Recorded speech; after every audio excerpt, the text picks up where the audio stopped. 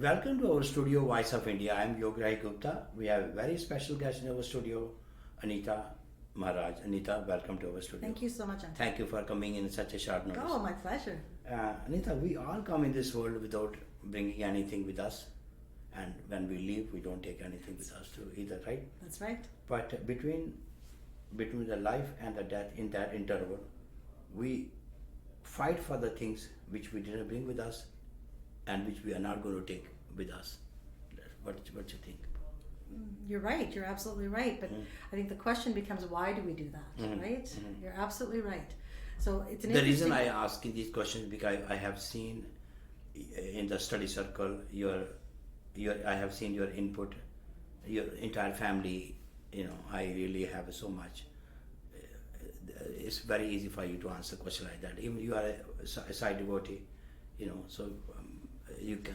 I expect lucky, you will. Right? Yeah. We're very lucky with the blessings that we've received in our life, and we've been able to gain understanding, I think, as a result of the experiences that we've had. But your question is, I think, the epitome of why we are here, right? What is our purpose?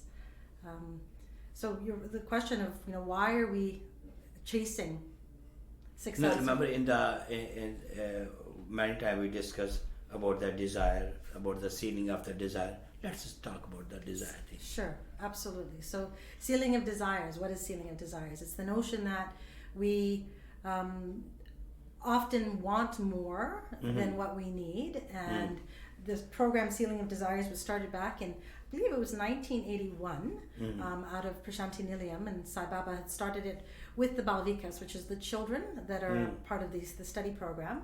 And the program was to initiate the idea that kids and families were living beyond what we need, and that if we followed the notion of ceiling on desires, not only will we help ourselves spiritually, but we'll also help the environment, we'll help the people around us, we'll help the resources that are available, so that we all can benefit without having more than what we need. One time somebody asked Swami, what is the poison? And Swami very beautifully answered it. Anything beyond our necessity is a poison. It could be power, it could be wealth, it could be hunger, it could be position, ego, and love, ambition, hate. Swami applied it very beautifully. Anything which God is there to fulfill the need of the man, not the greed. There's no end, right? And it's interesting you bring up love, because I think we always think of love as being a wonderful thing, and it is a wonderful thing. And that is what we all are. We are the nature of love, the essence of love. But can love also be dangerous? That's true. And it can be dangerous, as you said. It can become a poison if it becomes a dangerous, possessive kind of love that doesn't fulfill the nature of our connection to the universe, right, and to the divine. So that's a good point. The love between the parents and the children is a different love between husband and wife. As long as there's no condition attached to, right? And love between strangers, right? And love between, that love is the basis of, if we look at that as the basis of our interaction, then what we're seeing around the world right now, we see in the United States, those things wouldn't be happening, right? Because there wouldn't be an us and them. It would be we are all the same. So that is to me the purpose of love. I recall one time your father used to say, when we talk about the past, so there are lots of good memory in the past and some bad thing happened in your life too. Your dad all the time say, past is a history. What is it tomorrow? That's a mystery. What is the present time? That's aware that opportunity. So if what he says, never be a prisoner of the past. And it was just a lesson. It's not a life sentence, right? Right, absolutely. And if we can live in the present, the many opportunities that are in fact in the present, if we can live in that, we'll benefit from all of those opportunities and all of those experiences. The people who are successful in life, they have two things on their lips. One is the silence, and another is a smile, right? That's a very nice So statement. let's share with our viewer you being in a teaching profession. Share something, how challenging it is. Well, right now it's extremely challenging, right? Because the COVID thing, I COVID know. has changed everything. But I think what people are learning is in that silence, in that isolation, there is in fact connection. And that connection, whether it as a teacher with a student, or an administrator with their staff, or a parent with children at home, there's an isolation that has come as a result of COVID. But there's some strength that we are recognizing that each individual has, and in that silence there's power and there's strength. No, what did we learn with the COVID? I think that is it. I think that is the notion that we are certain things we take it for granted, right? Yeah. Many things we take for granted. I think something as simple as the family unit and spending time with each other. In fact, I had this conversation with a colleague the other day that for many years we've been talking about the idea that as long as we are giving our children and our friends and our family quality time, then the quantity, the amount of time that we spend isn't as important. And that became a mantra for many people that were aspiring to achieve and working hard and spending a lot of time away from the house. And I think that we've recognized that there's a balance, that quality is important, but quantity also matters. So you may be in the next room and working silently, but my presence in the following room working silently, even though we're not spending time physically with each other. That's true. It's that knowingness that we are there for each other. And I think that's something that we've learned through this COVID experience, is that in that isolation there is connection. Yeah, and we come across with some people who will use you, some will teach you, and some will bring the best in you, right? Absolutely. Right? We meet all kinds of people, right? But I think living in the present moment as best as we can, and focusing on that idea of love, and that is the universal connection that brings us all together, that even when I'm not happy with you or I'm not happy with what you've done, I still can recognize that there's a divine source of that love that is the same divine source that's within me. Anita, tell something. What do you find the difference between being liked and being valued? Being liked and being valued. Well, I think that's a dangerous road to go down sometimes, because I think sometimes if people make decisions that are affording them the opportunity to be liked by other people, then are they living in a place of value? And there are many people who like you but doesn't value you, right? Right. And at the end of the day, I think the most important thing is that we value ourselves and we like ourselves, and that we make decisions that allow us to align those decisions with the values that we hold. So for me, my most important value that I hold in all of the decisions I make is about integrity. What I say, I believe, I then must make sure comes through in my actions. It's that idea of walking the talk and talking, what you believe. So I think when you align those things, then people will gravitate towards you, because they see you as being a truthful person. They see you as being a person that doesn't tell lies and doesn't mislead people. But is that the motivation for it? I don't think so. I think when we go down that road, if that's the motivation, then we are losing sight of our true identity and that notion of value. The word fear has two meanings: forget everything and run, or face everything and rise. Fear is an interesting idea too, because are we born with fear, or is fear something that's developed? And there's been lots of research on fear. Fear is, it protects us in many cases, right? It allows us to live. But fear today has become a very, very common part of our existence. That anxiety is part of our society, whether it's from a young child going to school or an adult that doesn't want to leave home. And COVID, I think, has also worked with promoting fear. What I believe and what I've gained through my experience with being a devotee of Sai Baba is that fear is something that has to be faced, and that when you face it, and you face it with the trust that there is something that is greater than you, and that you are tied to this universe in a different way, then fear is handled in a different way, and you have something that is called courage that we all have. And I think when you're able to face fear, you rise on that courage that we all have, and that anxiety and that sense of that self-knowing becomes a much more important part of our existence, and then fear is not so relevant. The love does not need to be perfect. No. It just need to be true. But love is perfect, because it is true, right? If we love without wanting, right? If it's not possessive, if it's for the sake of, I can speak as a mom. And as a mother, when you have that child, the minute that child is born, all you want to do is take care of that child and love that child, but you don't want to possess and smother the child. You want the child to flourish. There's a sense of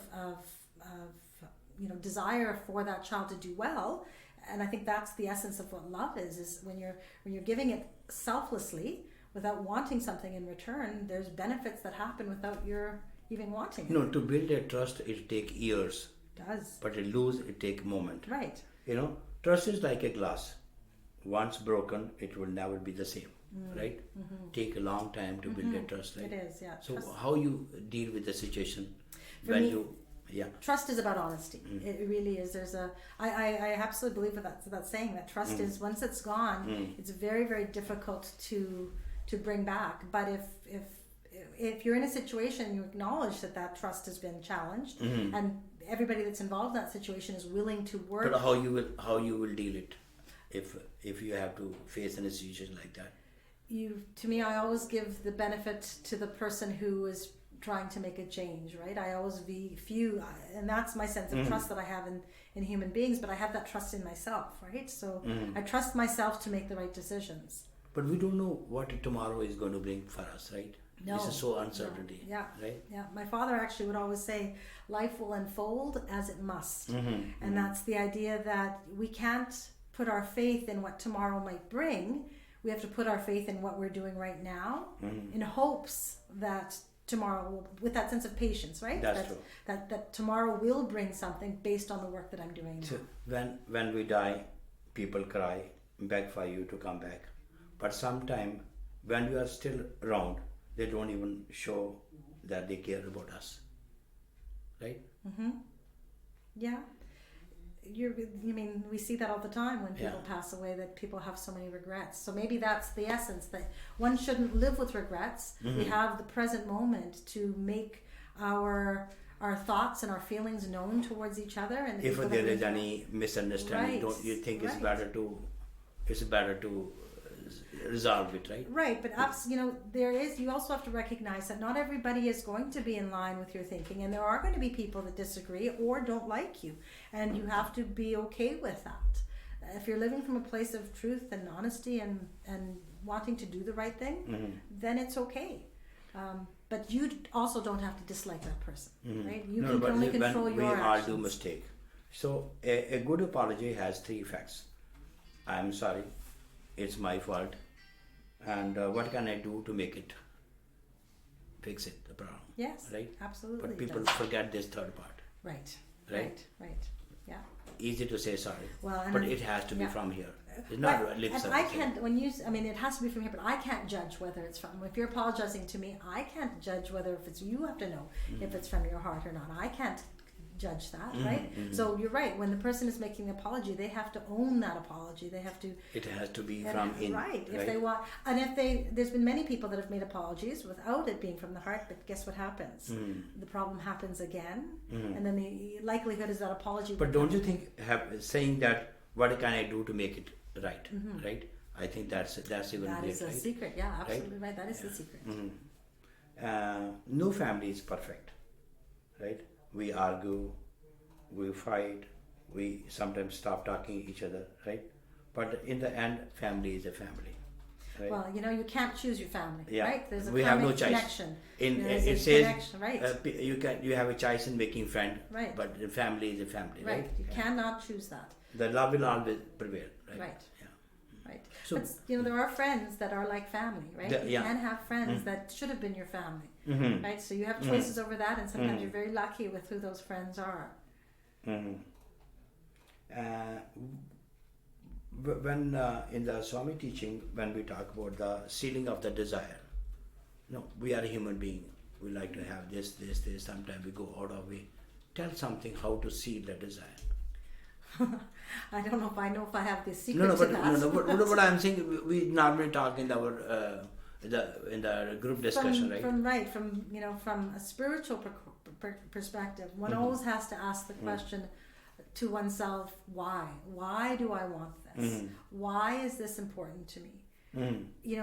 But there's also a balance, Uncle, because it's very easy. One can go down the road, especially if you're on a spiritual journey, where you Mm-hmm. can give up everything. If you have no responsibilities in the world, you could easily say, I don't need anything except for a plate, a spoon, and a place to put my head Mm-hmm. that's warm and safe. Really?